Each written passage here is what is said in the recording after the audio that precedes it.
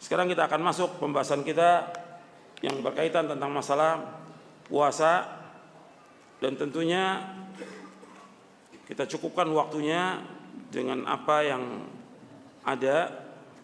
Mudah-mudahan cukup waktunya kita ini.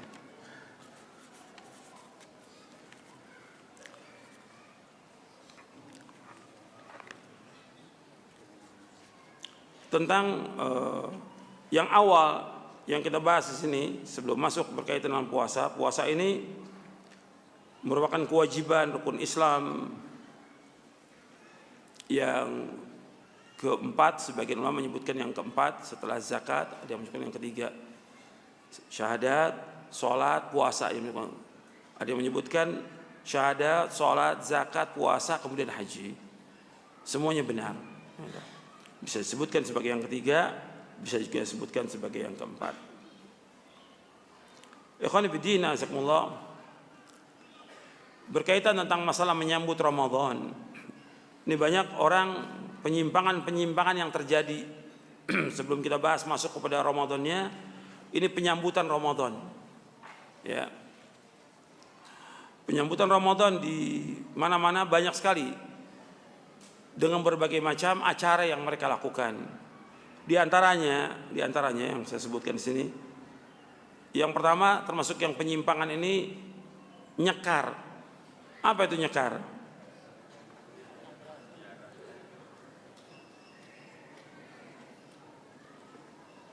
Nyekar itu tradisi ziarah kubur atau menjemput arwah leluhur yang telah meninggal. Tujuannya ya macam-macam sudah. Kemudian menabur bunga dan segala macam. Soal ziarah kubur pada hakikatnya disyariatkan dalam agama Islam. Perhatikan, tolong semuanya dengarkan baik-baik supaya tidak salah paham. Ya, ziarah kubur pada hakikatnya disyariatkan dalam Islam. Yang menyuruh ziarah kubur Nabi Muhammad SAW. Kata Nabi SAW, kuntu nahaitukum an ziyaratul kubur fazuruha fa innaha tudzakirukumul akhirah. Aku pernah melarang kalian ziarah kubur, sekarang ziarahlah. Karena ziarah kubur itu mengingatkan kalian kepada akhirat.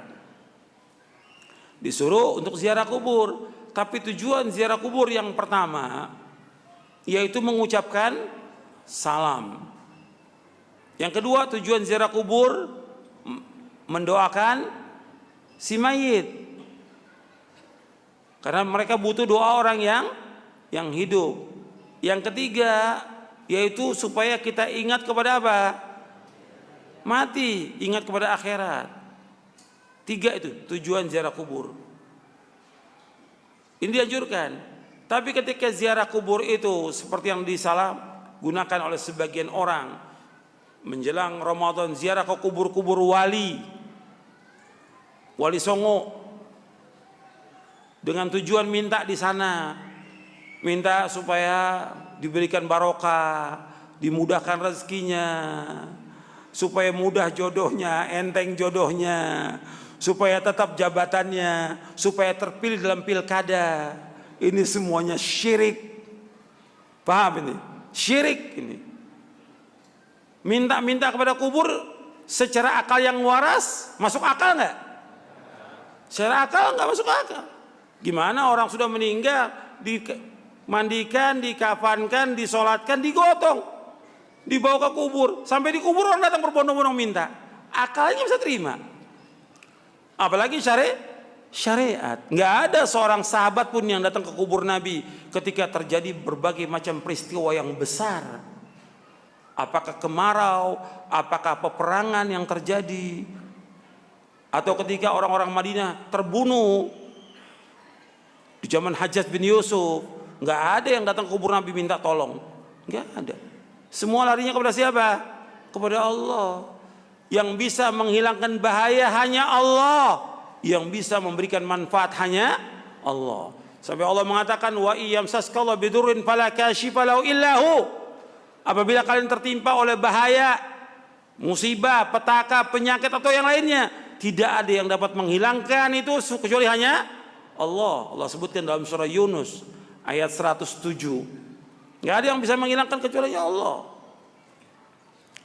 Makanya ketika mereka ziarah kubur tujuannya untuk minta sesuatu, ini nggak boleh dalam Islam. Ini syirik. Dan ini masih dilakukan banyak. Orang kalau ziarah ke kubur wali bukan satu mobil, berbis-bis. Tapi sedikit orang yang mengingatkan. Ini harus terus kita ingatkan. Justru kita sayang kepada mereka. Kita ingatkan itu karena apa? Sayang kepada mereka. Kalau mereka jatuh dalam kesyirikan, tadi saya sebutkan akibatnya apa kalau syirik itu? Amalnya semua hapus. Mereka hidupnya susah. Mereka telah berbuat kezaliman yang amat besar. Tidak akan diampuni dosanya oleh Allah. Kemudian Allah akan masukkan mereka ke dalam neraka. Justru kita ingatkan dan terus kita ingatkan ribuan kali ini karena kita sayang kepada kaum muslimin.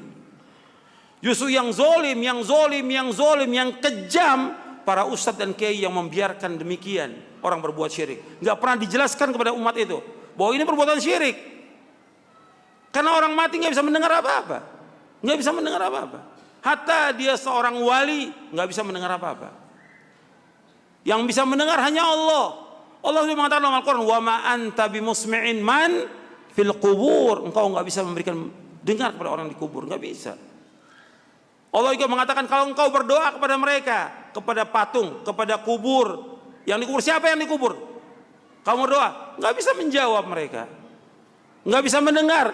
Kalau mereka mendengar nggak bisa menjawab. Sampai Allah mengatakan dalam Al-Quran, in tad'uhum la yasma'u du'aakum walau sami'u mastajabu lakum wa yaumal qiyamati yakfuruna bisyirkikum wa la yunabbi'ukum mithlu khabir. Jika kalian berdoa kepada mereka, mereka enggak bisa mendengar. Kalau seandainya mereka mendengar, mereka enggak bisa menjawab. Dan mereka akan mengingkari kesyirikan kalian nanti pada hari kiamat. Ini masih terjadi. Nah, sekarang dia tidak minta sekarang. Tidak minta, tapi menentukan ziarahnya sebelum Ramadan. Ini juga nggak ada. Ziarah kubur dianjurkan kapan waktu saja, tapi menetapkan 1 hari atau 2 hari menjelang Ramadan atau di saat pas Id. Nggak ada contoh dari Rasulullah SAW. Ziarah kubur masuk ibadah apa bukan? Ibadah. Nggak boleh kita menentukan yang seperti itu.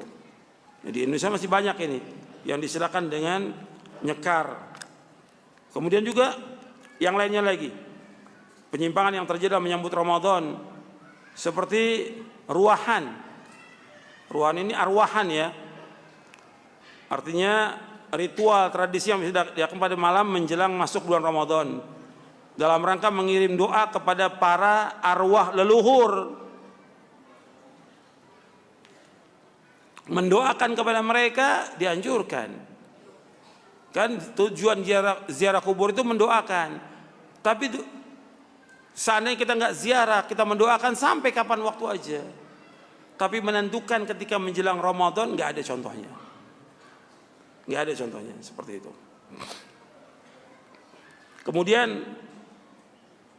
munggahan ini dari bahasa Sunda ini unggah, makan sepuasnya. Kan kalau mau Ramadan sepertinya dia nggak pernah makan tuh, tiap hari nggak pernah makan. Sepertinya. Ya. Akhirnya sebelum Ramadan, karena kita mau puasa sebulan penuh makan-makan dulu. Ini tradisi yang nggak bagus seperti ini. Kita pasti makan, pasti makan. Atau kita puasa juga pasti kita buka, pasti, udah pasti. Maka dalam kajian-kajian saya itu saya nggak mau kajian itu ada makanan, karena nggak akan ketemu antara ngaji dengan makan. Yang lebih kuat apanya? Makan yang lebih kuat. Saya nggak mau kalau pengajian makan, nggak ada. Makan, makanya saya bilang nggak boleh bawa makanan. Sebab itu kalau udah makan, ya hilang pengajiannya hilang. Yang ingat makannya itu. Kalau ini enggak, dia rame-rame makan-makan seolah-olah dia nggak akan makan lagi sudah. Ini nggak benar. Kebiasaan yang tidak baik. Dan ini harus diluruskan ini. Kalau memberikan makan kapan waktu aja. Kalau ngundang makan orang boleh aja. Tapi tidak harus menentukannya sebelum puasa dengan ramai-ramai, bahkan juga banyak juga menghabiskan biaya dan juga terjadi ikhtilat dan maksiat dan yang lainnya. Kemudian juga diantara lagi menyambut Ramadan dengan, kalau orang Jawa apa bilang, padusan, adus, mandi bersama, sampai laki perempuan campur aduk. Mungkin selama ini nggak pernah mandi kali dia, sebelum Ramadan baru mandi dengan keramas dan segala macam. Ini nggak ada yang seperti ini.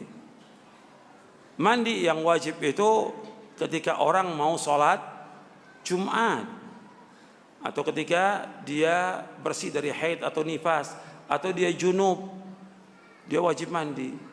Tapi menjelang Ramadan untuk mandi nggak ada. Kalau mau Jumat dianjurkan kita untuk mandi, bahkan wajib.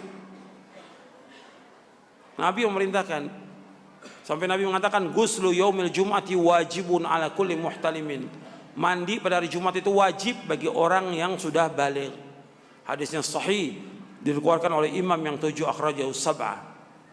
Artinya Ahmad, Bukhari, Muslim, Abu Daud, Tirmidzi, Nasai dan Ibnu Majah. Kemudian yang sering juga orang pasang, ini yang keempat ya, padusan. Ini enggak ada ini. Karena dianggap itu barokah dengan mandi itu. Bahkan mandinya bukan hanya ini, di tepi sungai, di pantai ramai laki perempuan, telanjang maksiat. Ini enggak benar, bukan dari Islam ini. Terus juga sesajen, kalau sesajen ini sudah terbiasa sepanjang tahun orang pasang sesajen. Ini perbuatan apa? Syirik. Karena sesaji buat jin, buat roh-roh tertentu. Dan ini enggak dibenarkan dalam Islam. Kemudian juga seperti yang lainnya, pesta kembang api, beduk. Nah, di sini ada beduk ini. Beduk itu bukan dari Islam. Ingat tuh, beduk bukan dari Islam dan bukan syiar agama Islam. Beduk bukan dari Islam dan beduk bukan syiar agama Islam. Dan beduk ini sangat mengganggu.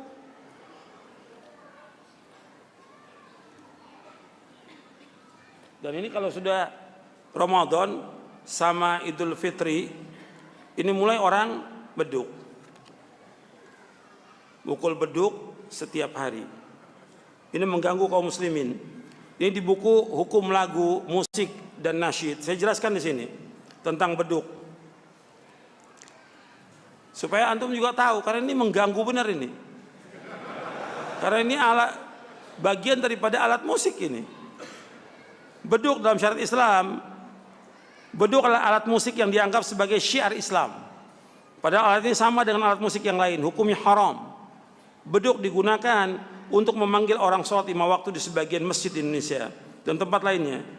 Beduk ini dipakai pada hari raya Idul Fitri, Idul Adha, di bulan Ramadan untuk meramaikan takbiran dan yang lainnya. Dan dianggap sebagai syiar untuk membangunkan orang-orang sahur dan yang lainnya. Disebutkan bahwa menabuh beduk ini tidak memiliki hubungan apapun dengan ajaran Islam. Karena beberapa alasan berikut ini. Beduk bukan dari agama Islam.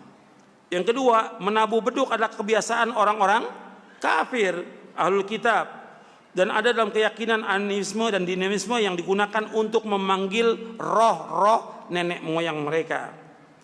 Beduk tidak termasuk dalam syiar agama Islam. Dan beduk tidak ada hubungannya dengan ibadah-ibadah dalam Islam, sama sekali nggak pernah ada.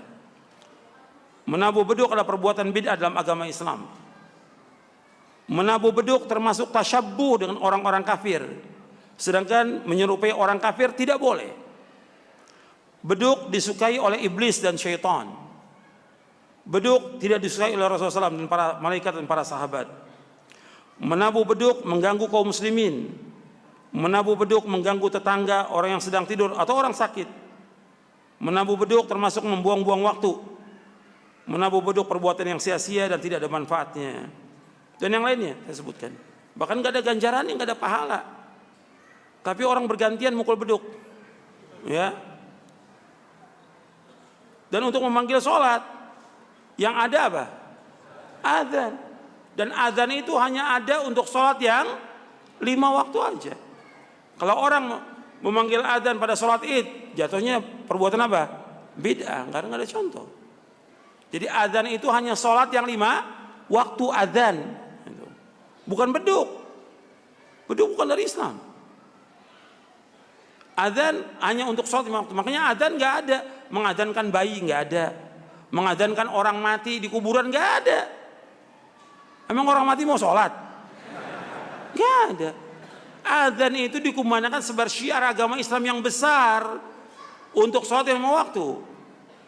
Makanya ketika ada orang menghina tentang adzan ini menghina agama Islam dan penghinaan yang besar.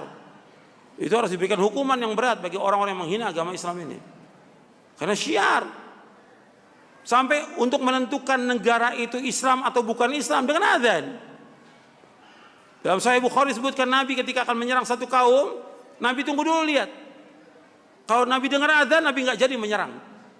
Tapi ketika Nabi nggak dengar adzan, diserang orang-orang itu. Berarti mereka bukan orang Islam. Jadi syiar agama Islam yang besar masalah adzan ini. Nggak boleh dicela, nggak boleh dihina.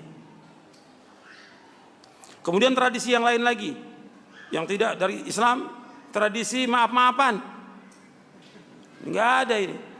Nggak akan diterima puasa Ramadan kalau seorang belum maaf dengan yang lainnya. Seorang istri belum minta maaf pada suaminya. Nggak ada ini. Nggak ada asalnya itu hadisnya. Tapi itu disebarkan. Minta maaf bagus dan memaafkan bagus. Tapi ketika orang itu berbuat kesalahan, tapi menentukan ketika mau Ramadan itu maaf-maafan tidak ada dalam Islam. Dan masih banyak lagi yang dilakukan oleh kaum muslimin seperti tadi itu, beduk, kembang api dan segala macam itu bukan dari Islam itu, dari orang-orang kafir, nggak boleh ditiru. Sekarang kita akan bahas ikhwan fillah yang berkaitan dengan masalah puasa ini. Sebagaimana antum sudah ketahui bahwa tentang wajibnya puasa Allah syariatkan di dalam surah Al-Baqarah ayat 183. Allah berfirman, ya ayyuhalladzina amanu kutiba alaikumus shiyamu kama kutiba alladzina min qablikum la'allakum tattaqun. Jadi Allah menyebutkan tentang puasa ini dari mulai ayat 183 sampai ayat 187 di surah Al-Baqarah. Di surah Al-Baqarah di ayat 183 yang Allah berfirman, ya ayyuhalladzina amanu kutiba alaikumus shiyamu kama kutiba alladzina min qablikum la'allakum tattaqun. Wahai orang beriman, diwajibkan atas kamu berpuasa sebagaimana diwajibkan atas orang sebelum kamu agar kamu bertakwa. Di sini disebutkan diwajibkan kepada orang beriman berpuasa sebagaimana diwajibkan atas orang-orang sebelum kalian agar kalian bertakwa kepada Allah. Allah menyebutkan tentang orang-orang beriman. Ini panggilan sebagai panggilan kemuliaan bagi seluruh orang beriman untuk berpuasa. Dan kewajibannya yaitu hanya pada bulan Ramadan. Dan diwajibkan puasa ini pada tahun kedua Hijriah. Setelah Nabi hijrah, pada tahun kedua Hijriah diwajibkan puasa Ramadan. Sebelumnya Nabi telah menganjurkan para sahabat untuk puasa Asyura. Asyura itu tanggal berapa? Asyura tanggal berapa? 10 Muharram. Karena sebaik-baik puasa pada bulan Muharram. Maka Nabi menganjurkan para sahabat untuk puasa pada tanggal 10 Muharram. Bahkan ditekankan untuk puasa. Bahkan anak-anak pun dianjurkan untuk puasa. Tapi setelah turun ayat ini surah Al-Baqarah ayat 183, maka puasa Muharram menjadi sunnah. Awalnya ditekankan untuk puasa. Dan kemudian pada tahun 9 Nabi mengatakan la in baqitu ila qabil la asuman natasi. Kalau seandainya la asuman natasi, kalau seandainya tahun berikutnya itu kalau seandainya aku masih hidup pada tahun berikutnya, tahun depannya, aku akan puasa pada tanggal 9 Muharram, Tasu'a. Tapi begitu tahun ke-10-nya Nabi meninggal dunia. Tapi Nabi sudah anjurkan, di bulan Muharram ada puasa 2 hari, itu tanggal 9 dan tanggal 10 Muharram. Sekarang kita bahas tentang puasa ini. Yang pertama, tentang makna puasa. Yang pertama,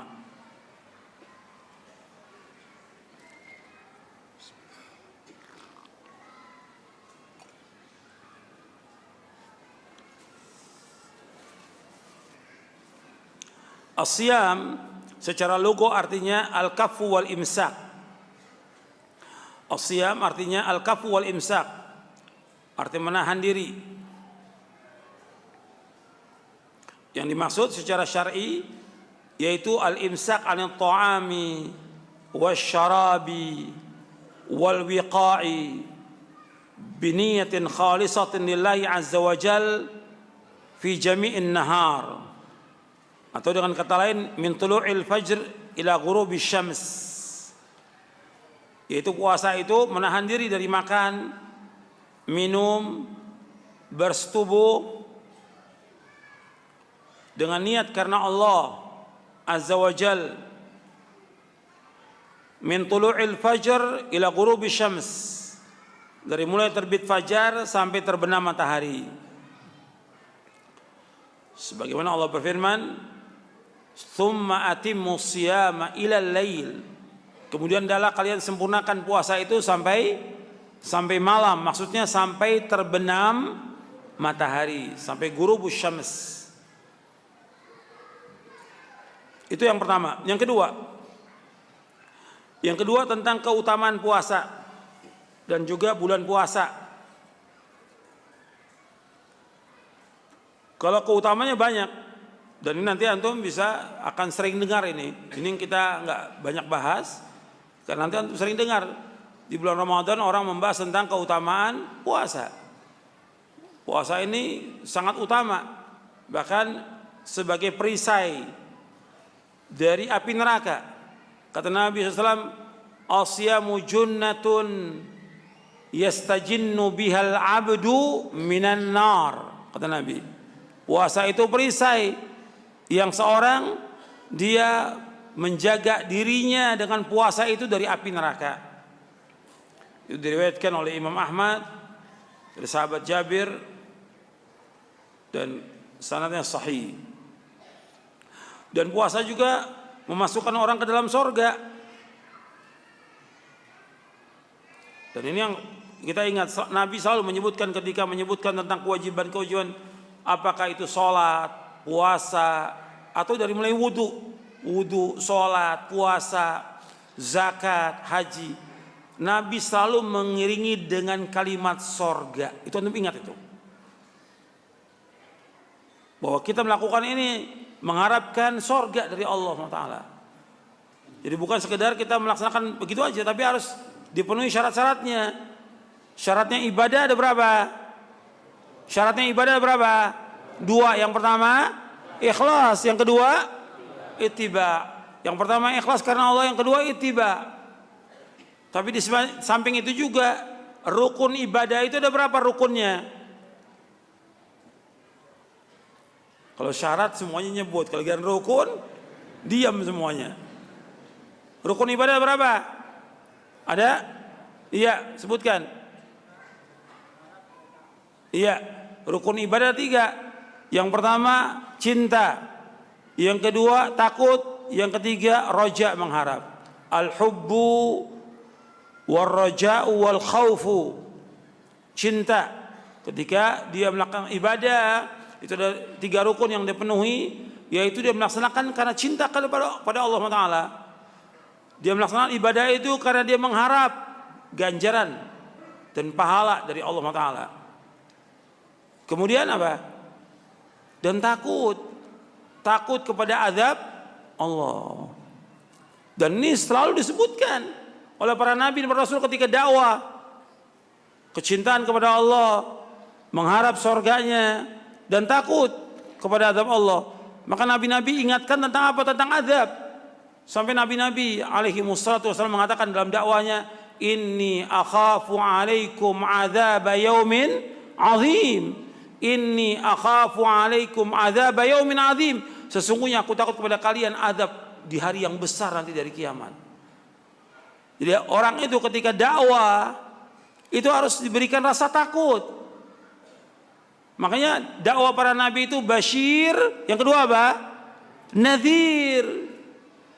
Allah berfirman dalam surah Saba, wa ma arsalnaka illa kafatan lin-nasi basyira wa nadhira walakin aktsaran nasi la ya'lamun. Di surah Saba di ayat 28 Allah berfirman, wa ma arsalnaka illa kafatan lin-nasi basyira wa nadhira, dan tidak kami utus engkau Muhammad melainkan untuk seluruh manusia, memberikan kabar gembira dan mengancam. Tetapi kebanyakan manusia tidak mengetahui. Yang harus dalam dakwah ini memberikan kabar gembira. Dengan apa? Sorga. Kemudian mengancam dari apa? Api neraka. Hatta orang-orang kafir, mereka belum masuk Islam, Nabi sudah ingatkan. Para nabi ingatkan tentang sorga, Nabi mengancam dengan neraka. Itu orang kafir. Apalagi orang Islam. Harus terus diingatkan mereka tentang sorga dan neraka. Nabi menyebutkan orang itu ketika dia melaksanakan ibadah puasa harus iman dan apa? Mengharap apa? Ganjaran, ada roja. Man shoma ramadhana imanan wahtisaban ghufira lahu ma taqaddama min dhanbi. Ini hadis sahih dari Imam Bukhari. Kata Nabi, barang siapa yang puasa Ramadan dengan iman dan mengharapkan ganjaran. Jadi ibadah, kalau kita ibadah mengharapkan ganjaran boleh. Kepada siapa mengharapkan ganjaran? Kepada Allah. Kalau kepada manusia enggak boleh. Kepada Allah. Man shoma ramadhana imanan wahtisaban ghufira lahu ma taqaddama min dhanbi. Barang siapa yang berpuasa dengan ikhlas karena Allah dan iman dan dia mengharapkan ganjaran, maka akan dihapuskan dosa-dosanya yang lalu. Sering ada orang mengatakan enggak boleh kita kalau ibadah mengharapkan ganjaran. Justru Allah menyebutkan dalam Al-Qur'an agar manusia mengharapkan ganjaran. Nabi juga menyebutkan demikian tentang sorga, agar kita mengharapkan apa? Sorga. Dalam kita ibadah kepada Allah Subhanahu wa ta'ala, maka wajib kita untuk ikhlas dan wajib kita untuk ittiba kepada Nabi Muhammad sallallahu alaihi wasallam.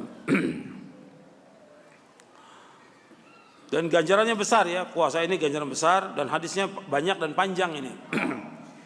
Bahwa orang yang berpuasa itu dia mendapatkan dua kegembiraan di saat dia berbuka dan di saat dia bertemu dengan Allah. Dan juga orang yang puasa itu akan menghapuskan dosa-dosanya. Orang yang puasa akan dijamin dengan dia akan masuk surga dari pintu apa? Ar-Rayyan. Dan masih banyak lagi dalilnya tentang ini. Kemudian tentang keutamaan bulan Ramadan, Allah menyebutkan dalam surah Al-Baqarah ayat 185, Allah turunkan Al-Quran di bulan apa? Ramadan. Syahrul Ramadan alladzi unzila fihil Quran hudal linnasi wa bayyinati minal huda wal furqan. Di bulan Ramadan Allah turunkan Al-Quran. Kapan bulan Ramadannya? Di akhir Ramadan Allah turunkan Al-Quran.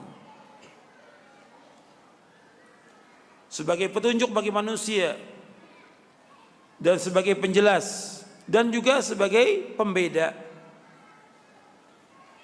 Jadi Al-Quran membedakan itu antara hak dengan batil. Kemudian juga di bulan Ramadan dikunci. Ini di bulan Ramadan diturunkan Al-Quran kapan? Di malam apa? Malam Lailatul Qadar. Inna anzalnahu fi Lailatul Qadar. Kami turunkan Al-Quran pada malam Lailatul Qadar. Ini malam yang diberkahi oleh Allah Subhanahu wa ta'ala. Bulan Ramadan Nabi menyebut dengan kalimat syahrun mubarak. Bulan yang diberkahi oleh Allah. Karena banyaknya kebaikan di bulan itu. Baik malamnya maupun siangnya kebaikannya banyak. Maka dikatakan syahrun mubarak. Karena dikatakan barokah itu artinya kathratul khairi wa thubutuhu. Banyaknya kebaikan dan tetapnya kebaikan itu namanya apa? Barokah. Dan barokah ini harus kita tahu bahwa itu barokah atau tidak barokah, kembalinya kepada apa? Saya ulangi, jangan bengong, dengar baik-baik.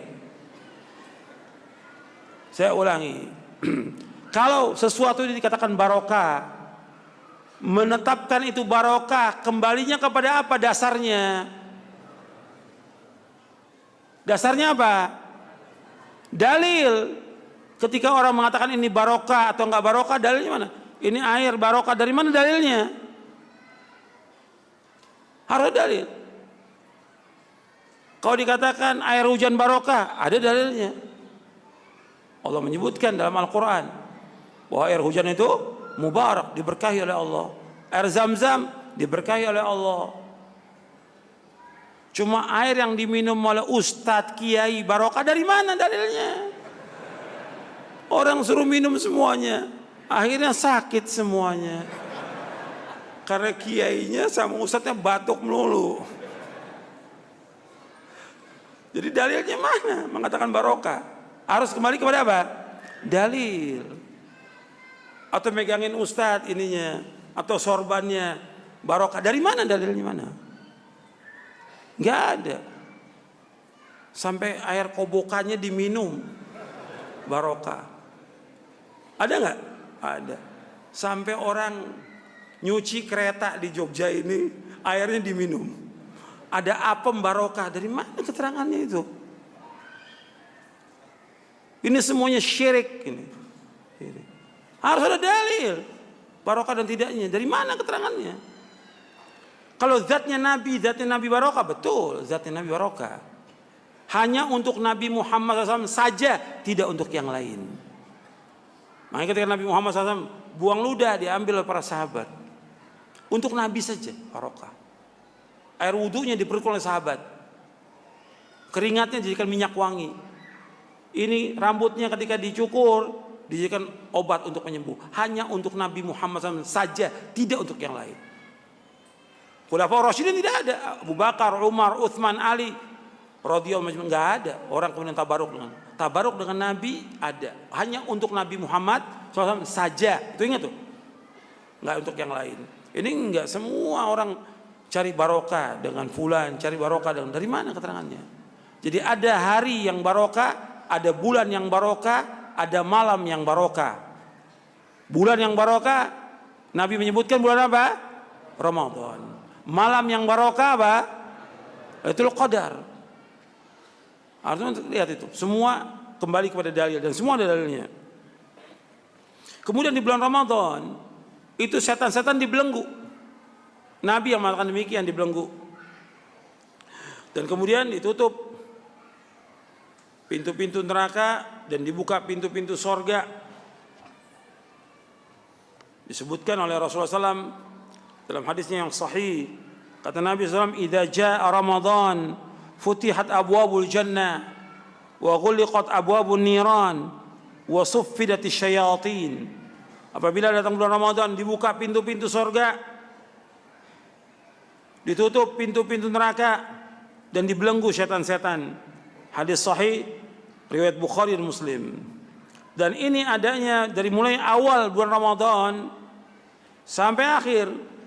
Sampai di hadis yang lain disebutkan, idza kana awwalul lailatin min syahr Ramadan suffidatis syayatinu maradatul jin wa ghuliqat abwabun nar falam yuftah minha babun wa futihat abwabul jannati falam yughlaq minha babun wa yunadi munadin ya baghiyal khairi aqbil wa ya baghiyasy syarri aqsir walillahi utaqa'u minan nar wa dzalika kullu lailatin.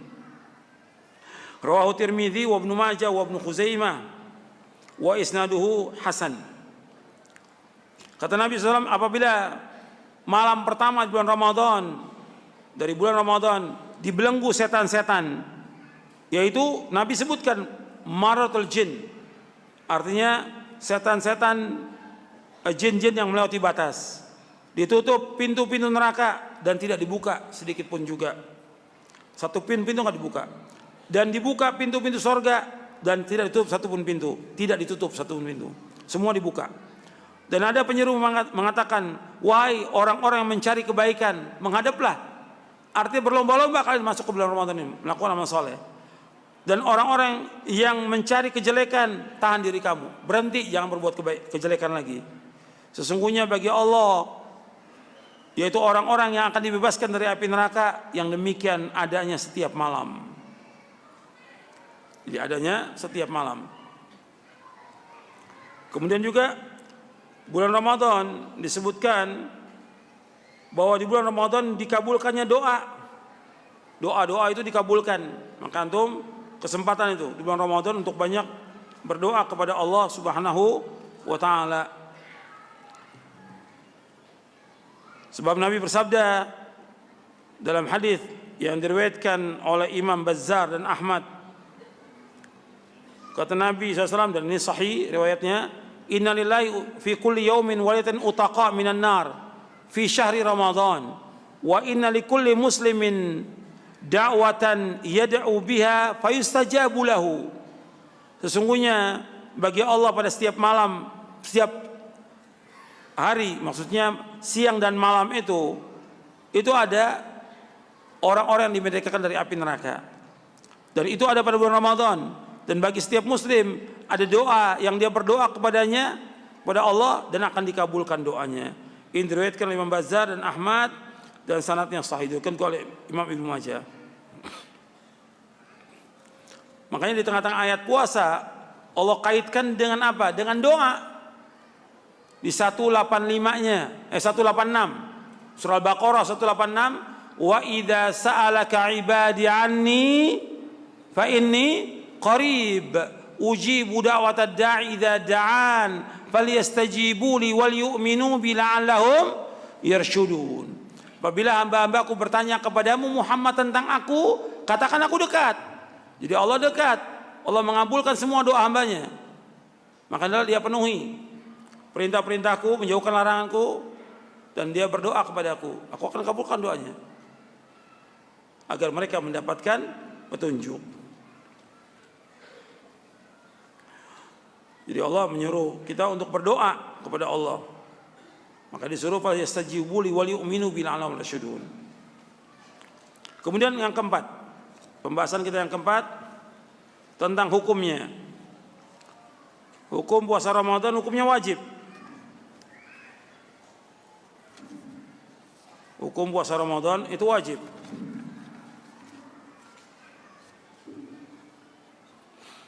Dengan dasar ayat Al-Quran, dengan dasar juga hadis Nabi tentang bunyal Islamu ala khamsin. Dibangun Islam itu di atas 5 perkara. Nabi sebutkan wa shaumi Ramadan wa hajjil bait, puasa Ramadan dan hajjil bait. Disebut syahadat, salat, zakat, kemudian puasa Ramadan dan hajjil bait.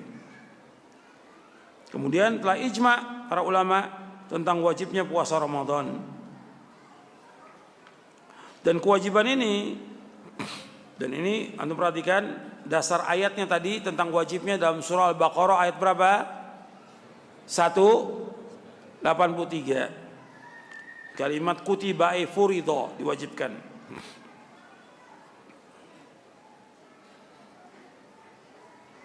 Kemudian wajibnya puasa ini masih yang keempat, yaitu diwajibkan atas setiap muslim yang balik. Yajibu ala kulli muslimin balighin aqilin sahihin muqimin wa an takuna al-mar'atu tahiratan minal haidhi wan nifas. Wajib atas setiap muslim yang balik, berakal, sehat, dan dia mukim, tidak safar, dan hendaknya perempuan itu bersih dari haid dan nifas.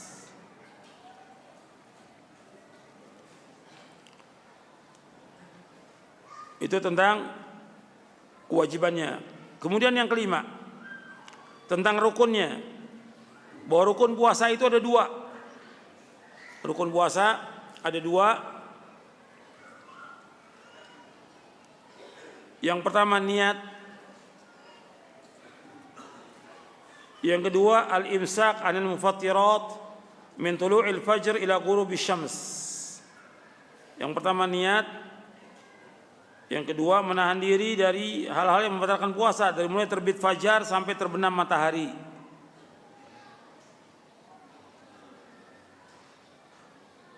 Dan niat ini kembali kepada dalil ayat wa ma umiru illa liya'budullaha mukhlishina lahuddin hunafa. Di dalam mereka diperintah untuk beribadah kepada Allah dengan ikhlas, mentaati agamanya dengan lurus. Kemudian hadis Nabi yang pertama dalam Arba'in Nawawi, innamal a'malu binniyat wa innamal likulli imri'in ma nawa. Sesungguhnya amal-amal tergantung niatnya dan setiap orang akan mendapatkan apa yang dia niatkan. Dan untuk Ramadan niatnya itu ada di waktu malam. Waktu malam. Artinya niat itu tempatnya di mana? Di hati. Bukan dilafadzkan nawaitu shauma ghadin. Enggak ada itu. Kalimat-kalimat niat dibacakan enggak ada. Tempatnya di mana? Di hati. Kita niat. Makanya dilakukannya sebelum masuk fajar. Kata Nabi SAW, "Man lam yujmi'is siyama qabla al-fajri fala siyama lahu." Barang siapa yang belum berniat untuk puasa sebelum fajar, maka enggak ada puasa bagi dia. Hadis diriwayatkan oleh Imam Abu Daud, Ibnu Khuzaimah dan Baihaqi. Dalam riwayat An-Nasa'i dan Baihaqi juga disebutkan, "Man lam yubayyitis siyama minal lail fala siyama lahu." Barang siapa yang tidak berniat puasa di waktu malam, maka enggak ada puasa bagi dia. Artinya dia wajib niat. Beda kalau puasa sunat. Kalau puasa sunat malam ini kita belum niat. Begitu pagi hari, umpamanya puasa Senin Kemis umpamanya. Pagi hari kita lihat di rumah enggak ada makanan, enggak ada masakan, saya niat puasa. Boleh. Untuk puasa sunat. Tapi kalau untuk puasa wajib, dia harus niatnya malam, sebelum masuk waktu subuh, sebelum fajar. Dan niat tempatnya di hati. Yang kedua, rukun puasa ini al-imsak 'anil mufattirat min tulu'il fajr ila ghurubi syams. Menahan diri dari hal-hal yang membatalkan puasa dari terbit fajar sampai terbenam matahari. Dalilnya surah Al-Baqarah ayat 187. Dalilnya surah Al-Baqarah 187. Itu masih yang kelima ya.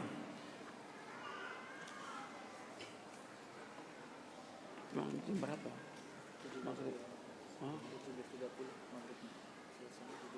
Sekarang ini berapa? Masih ada. Tunggu.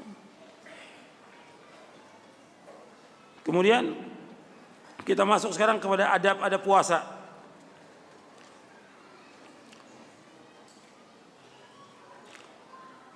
Tentang adab puasa, dianjurkan bagi orang yang berpuasa itu untuk sahur.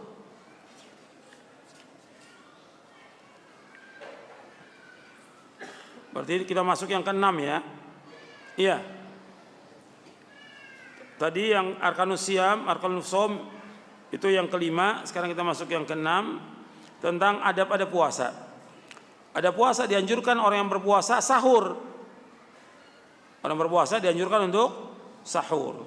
Dan sahur ini makanan yang barokah. Kata Nabi, "Tasahharu fa inna fis sahuri barokah." Sahurlah kalian karena sahur itu barokah. Hadis Bukhari dan Muslim. Makanan yang barokah yaitu makan sahur.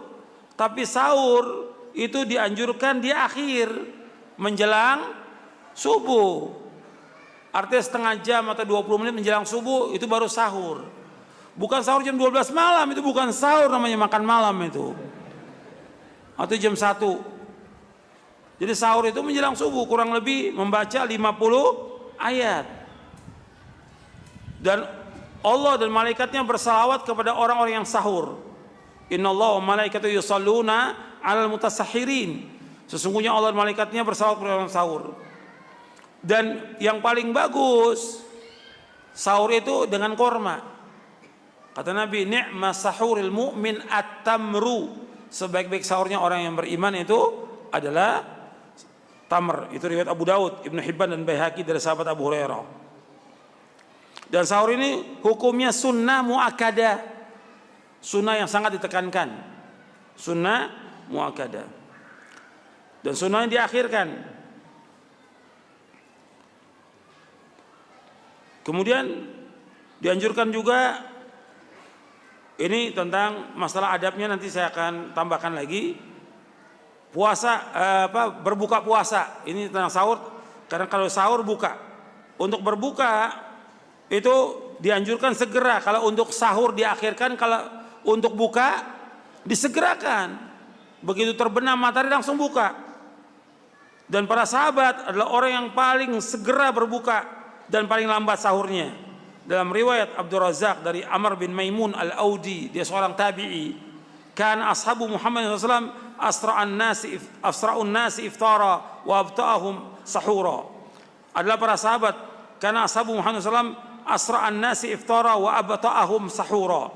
Adalah para sahabat Nabi Muhammad SAW orang yang paling segera berbuka, paling lambat sahurnya. Riwayat Imam Abdul Razak dalam kitabnya Al-Musannaf. Dan orang yang menyegerakan buka akan mendatangkan kebaikan. Dan buka itu dilakukan sebelum sholat maghrib. Sebelum sholat maghrib, adzan buka dulu. Kemudian yang terbaik ya dengan tamr. Dan bacaan yang dibaca ketika berbuka puasa, bacanya apa? Yang sahih riwayatnya, dhahaba dhama'u wabtallatil uruqu wa thabatal ajru insyaallah. Adapun riwayat yang sering dibaca itu riwayatnya dhaif, Allahumma laka sumtu wa bika amantu ala rizki aftartu. Ini hadis dhaif, didhaifkan oleh para ulama ahli hadis. Yang sahih riwayatnya dhahaba dhama'u wabtallatil uruqu wa thabatal ajru insyaallah. Telah hilang dahaga, telah basah tenggorokan, dan telah tetap ganjaran insyaallah. Ya, sampai di sini dulu karena menjelang maghrib. Nanti insyaallah pada maghrib kita lanjutkan lagi. Baru setelah itu kita tanya jawab. Saya pikir cukup sampai di sini. Wassalamualaikum Muhammadin sallallahu alaihi wa ala alihi wasallam. Alhamdulillah wassalatu wassalamu ala Rasulillah. Asyhadu an la ilaha illallah syarika lah wa asyhadu anna Muhammadan abduhu wa rasuluh. Allahumma salli wa sallim wa barik ala nabiyina Muhammadin wa ala alihi wa sahbihi ajma'in. Kepada ikhwan dan akhwat yang mudah-mudahan dirahmati oleh Allah Ta'ala, alhamdulillah kita akan lanjutkan setelah selesai kita sholat maghrib. Kita lanjutkan kajian kita tadi sampai poin yang ke-6 yang berkaitan tentang sahur. Kemudian setelah itu yang ke-7 berkaitan tentang berbuka puasa. Masih berkaitan yang ke-6 berkaitan tentang adab-adab puasa ya. Adab-adab puasa ini masuk yang pertama itu sahur. Kemudian yang kedua tentang berbuka puasa. Dan dianjurkan dalam berbuka puasa itu bersegera. Kemudian berbukanya sebelum sholat maghrib. Artinya sudah terbenam matahari, kita dianjurkan buka puasa lebih dahulu. Artinya makan kecil, takjil. Istilahnya takjil. Takjil itu ya dengan korma, air putih cukup. Kemudian sholat maghrib. Pada sholat maghrib dia mau makan, nggak ada masalah. Tapi jangan kemudian dia bukanya dengan semua makanan. Ya selesainya nanti isya, nggak sempat sholat maghrib nanti. Karena di kita kalau buka itu segala macam makanan ada. Namanya takjil itu hanya sekedarnya aja, makan kurma atau mungkin yang beberapa yang manis-manis, kemudian minum, kemudian setelah itu dia sholat maghrib. Kemudian tadi doa buka puasanya sudah saya jelaskan, yang sahih riwayatnya dhahaba dhama'u wabtalatil uruqu wa thabatal ajru insyaallah. Kemudian dianjurkan bagi kaum muslimin dan muslimat untuk memberikan makan kepada orang-orang yang berbuka puasa. Karena memberikan makan kepada orang-orang yang berbuka puasa ganjarannya besar.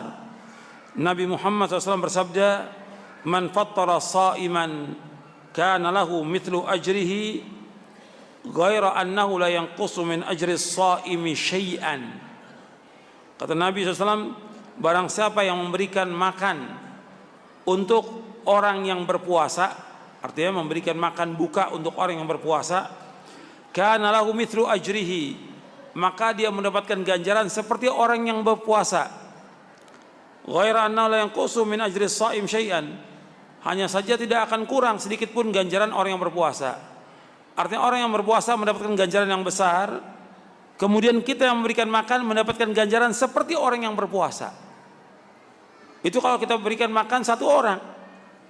Kalau 10, kalau 100, kalau 1000. Makanya antum lihat di Timur Tengah, orang-orang tuh berlomba-lomba memberikan makan untuk orang berbuka puasa. Kalau antum umroh di bulan Ramadan, antum bisa lihat di Masjid Nabawi, di Masjidil Haram, orang berebut untuk memberikan makan iftar kepada orang-orang yang berbuka puasa karena ganjarannya besar.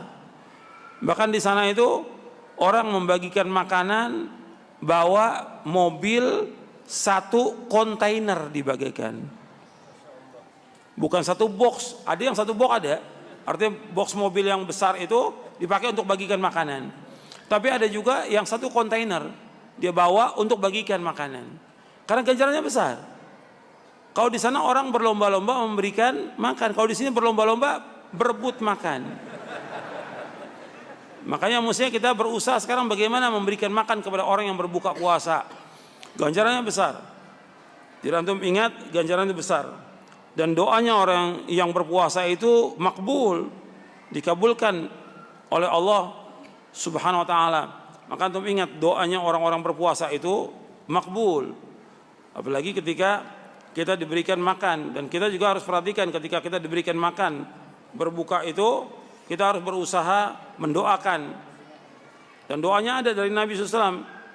Kalau ada orang memberikan makan kepada kita, kita doakan dengan doa apa? Apa? Doanya Allahumma barik lahum fima razaqtahum waghfir lahum warhamhum. Ada juga doa yang lain, aftara indakumus shaimun wa akala ta'amakumul abrar wa sallat alaikumul malaika. Telah berbuka orang-orang yang berpuasa di tempat kalian, dan telah makan orang-orang yang baik di tempat kalian, dan malaikat telah bersalawat kepada kalian. Akala ta'amakumul abrar, aftara indakumus shaimun wa akala ta'amakumul abrar wa sallat alaikumul malaika. Telah berbuka di tempat kalian orang-orang yang berpuasa. Di situ disebutkan aftara indakumus shaimun, telah berbuka orang yang puasa. Wa akala ta'amakumul abrar, telah makan orang-orang yang baik. Karena mereka orang berpuasa, orang yang baik. Kemudian wassalat alaikumul malaika, dan telah memberikan salawat para malaikat. Atau doa yang lain yang Nabi ucapkan kepada orang-orang yang telah memberikan makan kepada kita. Itu yang kita lupa.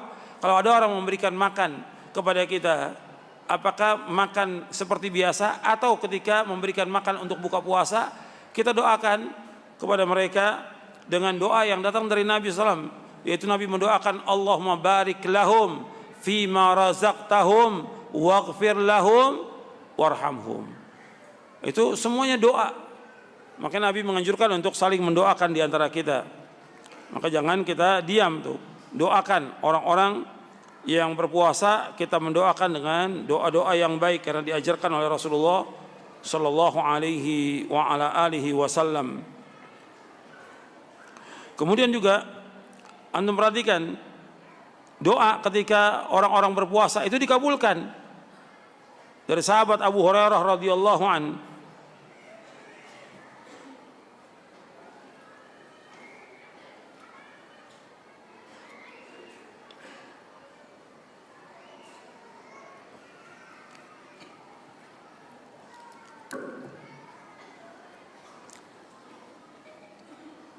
An Abi Hurairah radhiyallahu an qala Rasulullah salatu da'awatin mustajabat, da'watul shaimi wa da'watul madhlumi wa da'watul musafir.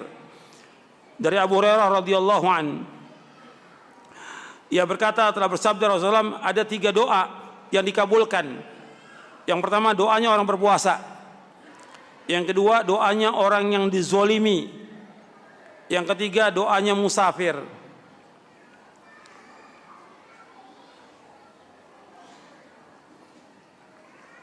Ini diriwayatkan oleh Al-Imam Al-Uqayli dalam kitabnya Ad-Du'afa, dan disahihkan oleh Syekh Al-Albani dalam Sahih Jami' Shaghir.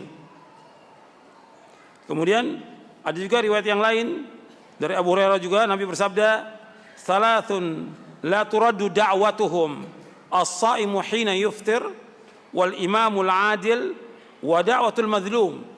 Kata Nabi SAW, ada 3 doa yang tidak akan ditolak doa mereka. Yang pertama, doanya orang yang berpuasa ketika dia berbuka. Ya, doa orang puasa dari mulai terbit fajar sampai terbenam matahari dikabulkan. Terlebih lagi ketika dia berbuka puasa. Yang kedua, imam yang adil. Yang ketiga adalah doa orang yang dizolimi. Ini diriwayatkan oleh Imam At-Tirmidzi, Ibnu Majah, dan Ibnu Hibban. Kemudian dalam riwayat yang lain ada beberapa doa, dan ini dianjurkan. Makanya kita biasakan dalam ketika kita berpuasa itu kita selalu berdoa kepada Allah. Doanya orang puasa makbul. Dan ketika kita diberikan makan oleh orang dalam berpuasa ini atau di luar puasa, kita doakan. Tadi doanya sudah saya sebutkan. Di antaranya juga doa Allahumma at'im man at'ami wasqi man saqani. Ya Allah, berikanlah makan orang yang berikan makan kepadaku, wasqi man saqani, dan berikanlah minum kepada orang yang berikan minum kepadaku.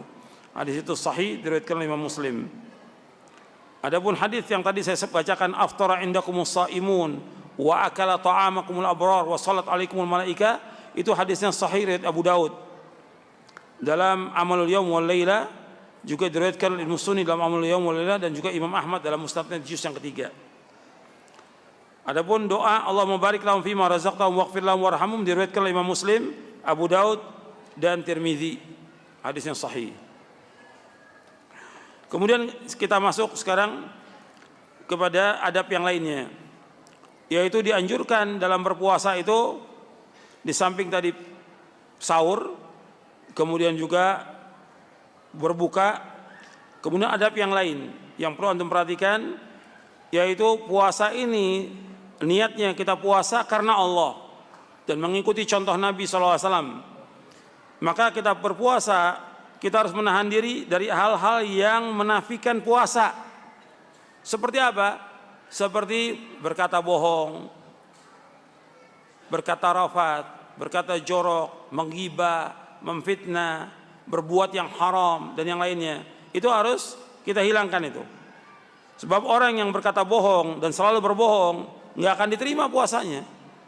Dalam hadis yang diriwayatkan Imam Bukhari, Nabi bersabda, "Man lam yada' qaula zur wal 'amala bihi falaysa lillahi hajatun fi ay yada'a ta'amahu wa syarabahu."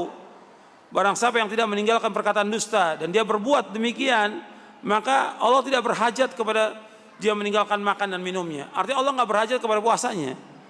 Allah nggak akan menilai puasanya, nggak akan memberikan pahala bagi puasanya. Hadis sahih dari Imam Bukhari. Makanya kita wajib menahan diri dari adab pada puasa ini.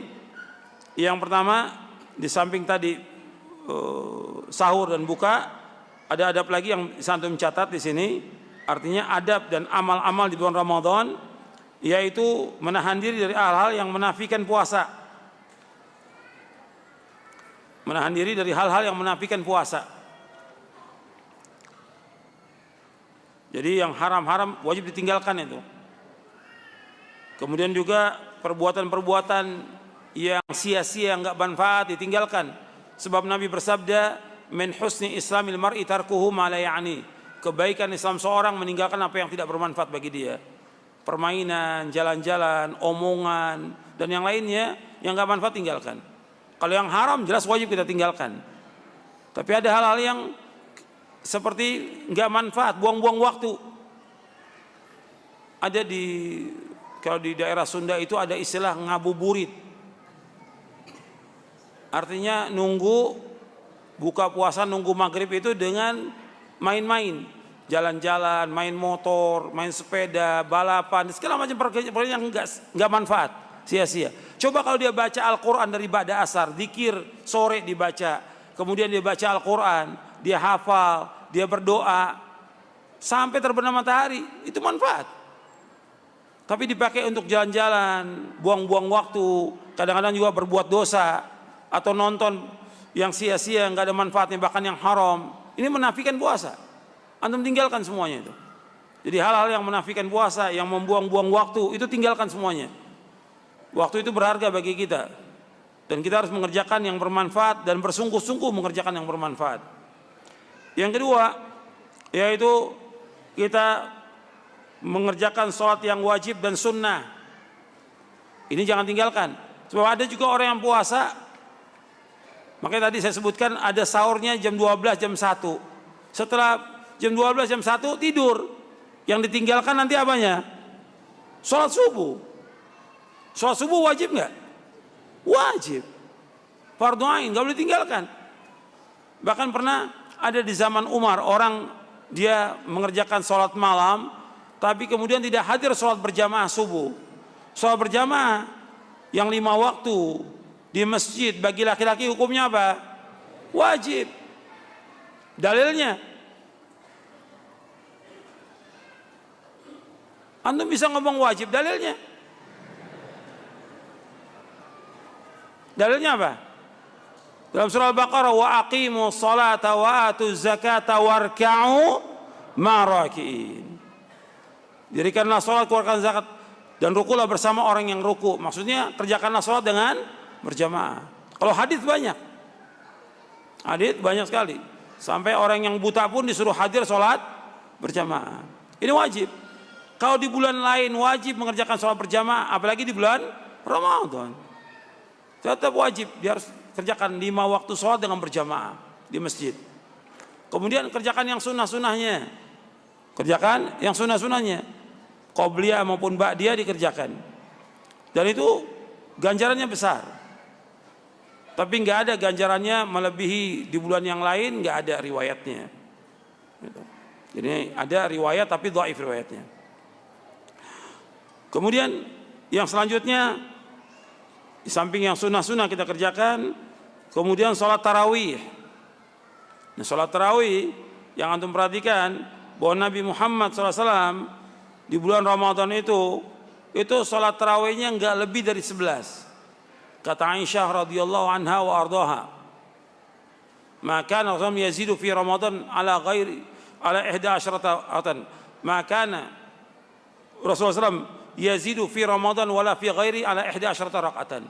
Kata Aisyah bahwa Rasulullah tidak menambah salat di bulan Ramadan maupun bulan ini atas 11 rakaat. Artinya Rasulullah SAW mencontohkan salat tarawih itu 11 rakaat. Bagaimana mengerjakannya dua-dua?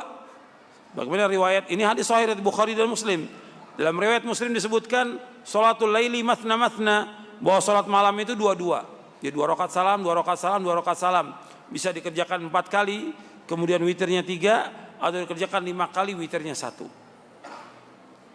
Jadi ini 11. Ada memang yang menyebutkan 23, tapi bukan hadis Nabi. Semua riwayat dari Nabi yang 23 dhaif dan maudhu.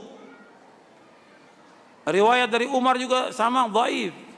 Justru Umar radhiyallahu an mengerjakan sholat tarawih 11 rakaat. Dan para sahabat mengerjakan 11 rakaat. Semuanya demikian. Yang kita ikut contoh Nabi SAW dan contoh para sahabat.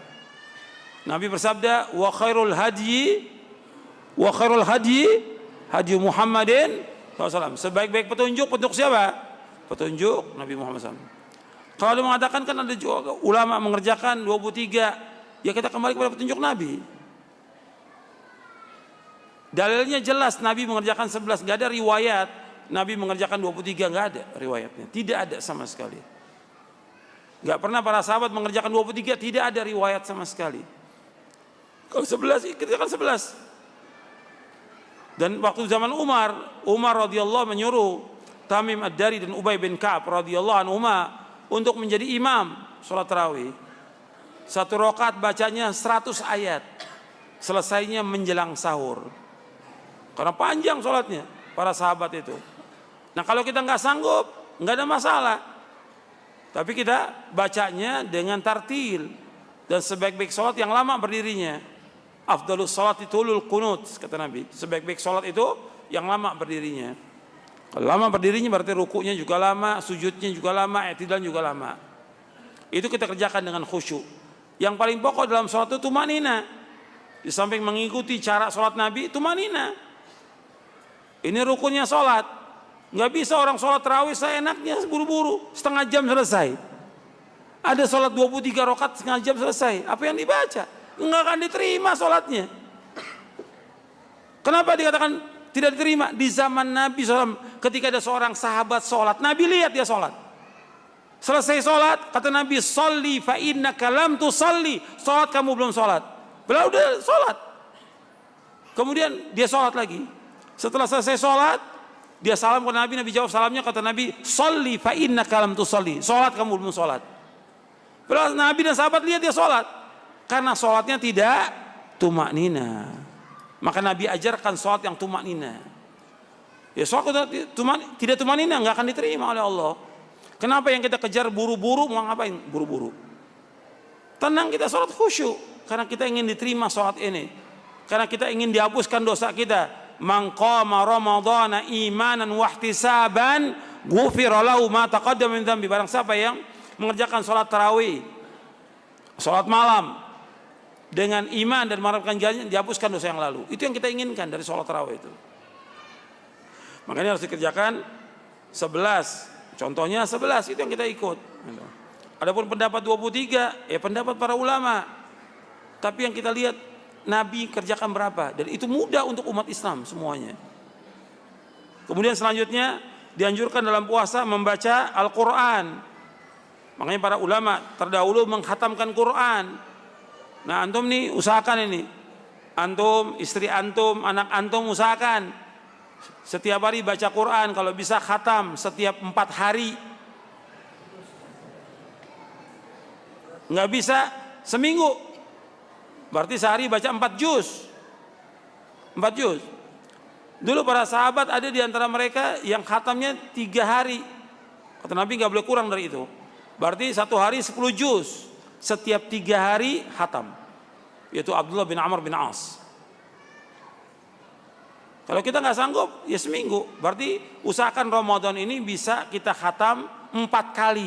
Usahakan itu. Antum ingat tuh, untuk Ramadan ini berapa kali khatamnya? 4 kali. Insya Allah, usahakan tuh. Antum, istri, anak, orang tua juga sampaikan itu. Karena begitu para ulama terdahulu, kalau sudah masuk Ramadan, mereka sibuk membaca Al-Quran. Karena Nabi SAW menyuruh untuk baca Al-Quran. Iqra'ul Quran fa innahu ya'ti yaumal qiyamati syafi'an li ashabi. Bacalah Al-Quran, karena Al-Quran memberikan syafaat kepada orangnya pada hari kiamat. Dan nanti puasa dan Al-Quran akan datang pada hari kiamat, akan memberikan syafaat kepada orang yang membaca Al-Quran dan puasa. Kemudian juga diantaranya lagi, ada puasa ini jud, dermawan. Dermawan itu banyak sedekah. Di bulan Ramadan ini Nabi SAW banyak sedekah. Jadi jangan menahan. Jadi banyakin sedekah. Berlomba-lomba dengan sedekah. Nabi adalah orang yang paling dermawan. Terutama dermawan di bulan Ramadan. Melebihi angin yang berhembus. Makanya kita usahakan itu. Kemudian yang selanjutnya lagi, yaitu bersungguh-sungguh untuk ibadah di 10 malam terakhir. Al-ijtihadu fil ibadah fil ashr al-awakhir. Bersungguh-sungguh dalam ibadah di 10 malam terakhir. Karena untuk mencari malam apa? Lailatul Qadar lebih baik dari berapa? Berapa bulan? Lailatul Qadri khairum min alfi syahr. Lailatul Qadar itu ganjarannya lebih daripada 1000 bulan. Allah menyebutkan dalam surah Al-Qadar 1000 bulan.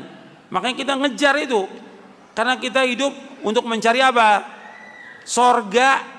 Perhatikan tuh, kita hidup untuk mencari sorga. Bukan untuk mencari dunia, bukan. Hidup kita untuk ibadah kepada Allah. Sibukkan diri kita untuk ibadah kepada Allah. Berlomba-lomba bangun di tengah malam, kemudian baca Al-Quran, banyak sedekah, istighfar, berdoa, menolong orang yang susah, dan yang lainnya. Berlomba-lomba kita bersegera dalam kebaikan untuk mencari malam Lailatul Qadar. Dan di malam-malam itu, malam Lailatul Qadar adanya pada malam ganjil, malam 21, malam 23, malam 25, malam 27, malam 29. Kata Nabi, cari itu di malam ganjil. Iltamisuha fil ashr al-awakhir. cari 10 malam terakhir itu di malam-malam ganjil. Kemudian kita dianjurkan untuk membaca doa sebagaimana pertanyaan Aisyah radhiyallahu anha, ya Rasulullah, bagaimana kalau kita mendapatkan Lailatul Qadar, baca apa? Allahumma innaka afuwun tuhibbul afwa fa'fu anni. Allahumma innaka afuwun tuhibbul afwa fa'fu anni. Allahumma innaka afuwun tuhibbul afwa fa'fu anni. Baca malam-malam itu. Ya Allah, sungguhnya Engkau pemaaf dan Engkau suka kepada maaf. Maafkan kami ya Allah, ampuni dosa kami. Kemudian dianjurkan juga untuk umroh di bulan Ramadan. Justru Nabi SAW menganjurkan untuk umroh karena umroh di bulan Ramadan fadilahnya sama dengan haji. Kata Nabi SAW, umroh fi Ramadan ta'dilu hajjah. Umroh di bulan Ramadan fadilahnya sama dengan haji. Dalam riwayat yang lain Nabi bersabda SAW, umratun fi Ramadan ta'dilu hajjatan ma'i. Umroh di bulan Ramadan fadilahnya sama dengan haji bersamaku. Haji bersama Rasulullah. Maka dianjurkan untuk umroh di bulan Ramadan. Untuk usahakan itu. Kemudian dianjurkan juga untuk i'tikaf. I'tikaf ini hukumnya sunnah dan dianjurkan kita i'tikaf di 10 hari terakhir di bulan Ramadan, 10 malam terakhir di bulan Ramadan dan juga harinya. Jadi siang malam itu i'tikaf itu. Nabi melakukan i'tikaf setiap tahun di 10 malam terakhir. Artinya diam di masjid, ibadah di masjid, nggak keluar dari masjid kecuali untuk ibadah. Bahkan Nabi disisir rambutnya oleh istrinya di masjid. Artinya Nabi ini kan rambutnya kemudian disisir oleh istrinya. Artinya Nabi nggak keluar, nggak pulang ke rumahnya, padahal rumahnya sebelah masjid. Jadi bahwa i'tikaf itu adanya di masjid dan yang utama di 3 masjid. Yang utama 3 masjid, Masjidil Haram, Masjidil Aqsa dan Masjid apa? Masjidil Haram, Masjid Nabawi dan Masjidil Aqsa. 3 masjid. Kemudian yang terakhir ini tentang hal-hal yang membatalkan puasa, yang dibolehkan puasa dan rukhsah. Saya akan bacakan hal-hal yang membatalkan puasa dan yang tidak membatalkan puasa.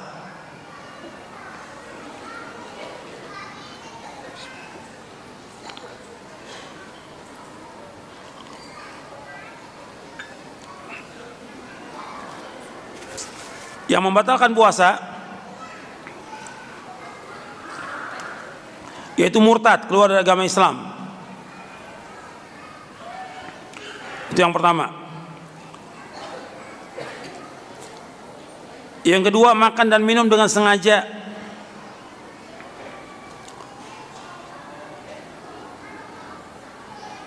Makan dan minum dengan sengaja. Dimasukkan juga oleh para ulama termasuk dalamnya merokok. Karena orang berpendapat bahwa rokok itu nggak makan nggak minum, kata dia. La haula wala quwwata illa billah. Ya, rokok ini hukumnya haram dalam Islam dan membatalkan puasa. Kalau seandainya ada orang makan, minum, tidak sengaja, lupa, batal nggak? Nggak batal. Dia teruskan puasanya. Cuma begitu dia ingat harus berhenti. Yang ketiga, jima, bersetubuh di siang hari Ramadan. Yang membatalkan puasa, jima, bersetubuh di siang hari Ramadan. Nah, orang yang melakukan ini, artinya orang yang melakukan jima, bersetubuh di siang hari Ramadan, yang pertama batal puasanya. Yang kedua, dia melakukan dosa besar. Yang ketiga, dia wajib membayar kafarah, puasa 2 bulan berturut-turut. Yang keempat, dia wajib bertobat. Yang kelima, dia wajib mengqadha puasanya. Itu dijelaskan oleh Syekh Muhammad bin Shalih Utsaimin rahimahullah tentang orang yang bersetubuh siang Ramadan. Yang pertama batal puasanya, yang kedua dia melakukan dosa besar, yang ketiga wajib membayar kafarah, puasa 2 bulan berturut-turut, yang keempat wajib dia bertobat, yang kelima dia wajib mengqadha puasanya. Yang keempat, yang membatalkan puasa yang keempat, haid dan nifas. Ya, meskipun dia sudah puasa, kemudian sore menjelang buka dia keluar darah haidnya atau dia nifas melahirkan, maka batal puasanya. Dia wajib untuk mengganti di hari yang lain. Yang kelima, muntah dengan sengaja. Dibedakan antara muntah dengan tidak sengaja dan muntah dengan sengaja. Kalau Nabi menyebutkan tentang muntah dengan sengaja, batal puasanya. Yang keenam, suntikan infus yang berisi makanan. Ya, suntikan atau infus yang berisi makanan ini membatalkan.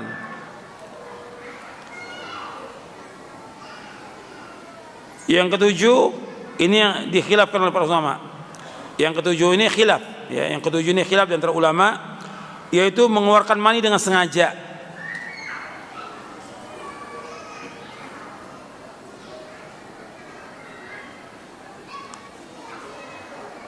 Kalau dia mengeluarkan mani dengan sengaja, istimna ini, kalau jumhur ulama berpendapat batal. Tetapi Imam Ibnu Hazm, Imam Asy-Syaukani dan Syekh Al-Albani rahimahumullah berpendapat bahwa itu tidak membatalkan puasa.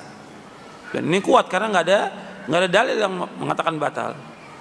Dia berdosa dengan istimna itu, dia mengeluarkan mani dengan onani itu, dia berdosa. Tapi puasanya tidak batal karena nggak ada keterangan atau nas atau dalil, dan nggak bisa dikiaskan dengan jima, nggak bisa dikiaskan. Kemudian hal-hal yang tidak membatalkan puasa, hal-hal yang tidak membatalkan puasa. Yang tidak membatalkan puasa, yang pertama, orang yang berpuasa di pagi hari dalam keadaan junub. Maksudnya begini, ada orang bersubuh suami istri, begitu masuk waktu subuh sudah adzan, dia baru bangun, belum sempat mandi junub, maka tetap sah puasanya. Dia niat puasa, kemudian dia mandi.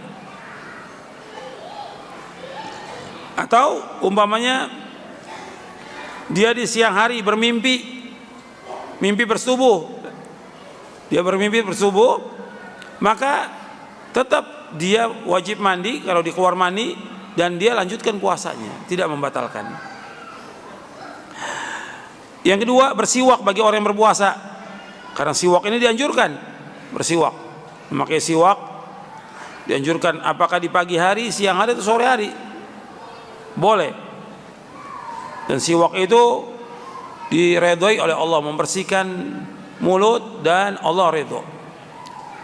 Kata Nabi SAW, as-siwaku matharatun lil fam mardatun lir rabb. Siwak itu membersihkan mulut dan diredhoi oleh Allah. Yang ketiga, berkumur-kumur dan masukkan ke hidung, tapi tidak menghirup dengan kuat. Sebab Nabi bersabda, wa balik fil istinsyaq illa an takuna sha'iman. Dan adalah kamu bersungguh-sungguh masukkan air ke hidung kecuali kalau kamu sedang puasa.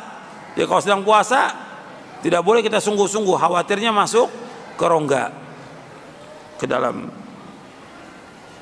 Yang keempat, mencium, artinya bercumbu antara suami istri secara hukum syar'i boleh, tetapi sebaiknya dihindari karena khawatir akan membawa kepada persetubuhan.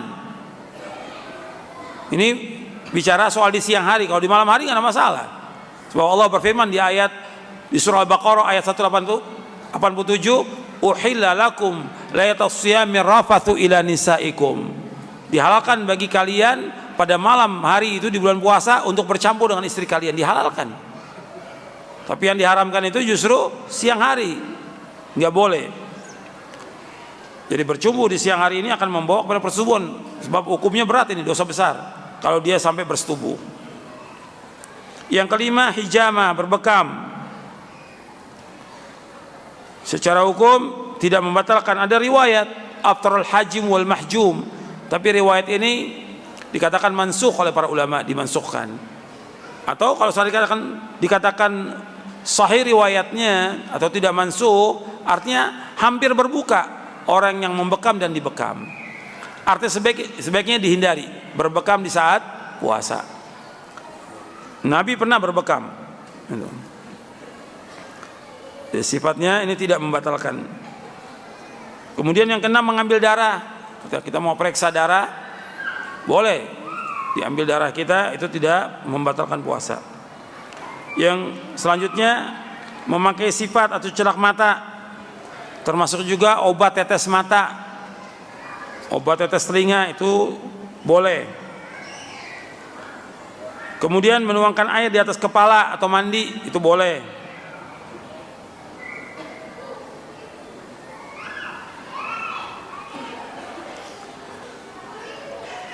Mencicipi makanan dengan syarat tidak sampai ke tenggorokan, seperti orang-orang atau ibu-ibu yang masak di sore hari, atau yang penjual makanan kadang-kadang dia ingin mencicipi. Ini ada riwayat dari Ibnu Abbas, tapi syaratnya nggak boleh masuk ke tenggorokan, di ujung lidah aja. Kata Ibnu Abbas, la ba'sa yadhuqul khal aw syai' ma lam yadkhul halqahu wa huwa sha'im. Tidak apa-apa dia merasakan cuka atau sesuatu selama tidak masuk ke tenggorokan dalam keadaan dia berpuasa. Yang selanjutnya, obat semprot bagi orang yang mempunyai penyakit asma itu boleh. Ini pendapat dari jumhur ulama, wallahu alam. Kemudian tentang rukhsah, yang terakhir tentang rukhsah,